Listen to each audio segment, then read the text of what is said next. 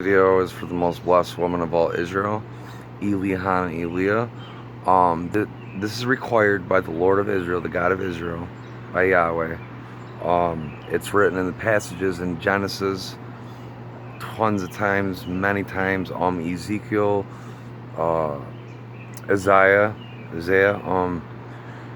To build an altar of stone, and the stones have to be 12, untouched by the hands of man or by iron tool, which means not formed by human hands, but formed by nature, by God. And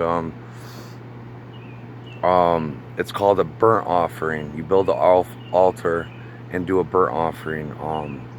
Bless the 12 stones in the names of the 12 tribes of Israel. The 12 stones represent the 12 tribes of Israel. That's why you use 12 stones for your altar and for your burnt offerings, and that is where you do your peace and sin offerings.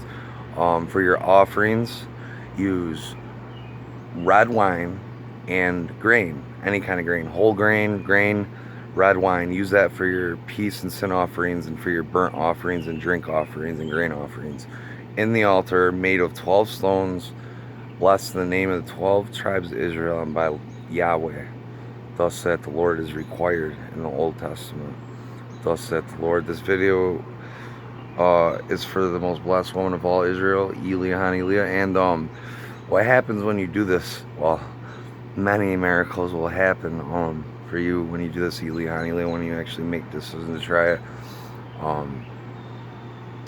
The Lord, the God of Israel, will bring you peace and forgive your sins. That's why they call it a peace and a sin offering, a burnt offering at the altar. That is what a peace and a sin offering is.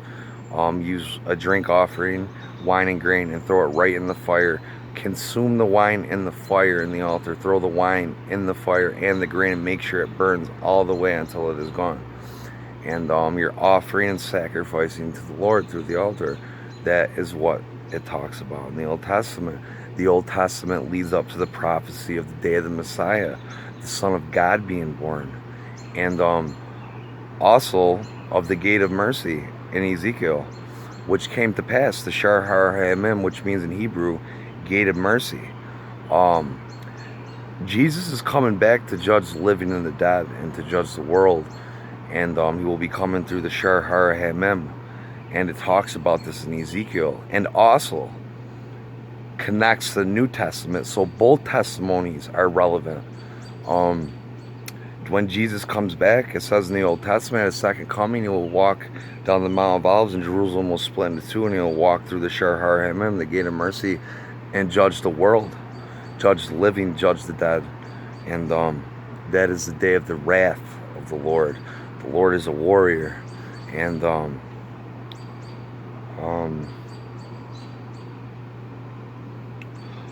also in Revelation, it talks of the second coming of Christ, and throughout the whole Bible, after he was crucified, and he is coming back to judge the world. And these are the signs of the Lord's coming. The stars will fall upon the earth, the moon will be blood red, and the sun will not shine no more and be dim black. These are all the signs of the days of the end, of the second coming of the Messiah Jesus, the Lord of Israel, the Son of Man, the Son of God, who forgives all sins. Thus saith the Lord. This video is for Elihana Elia.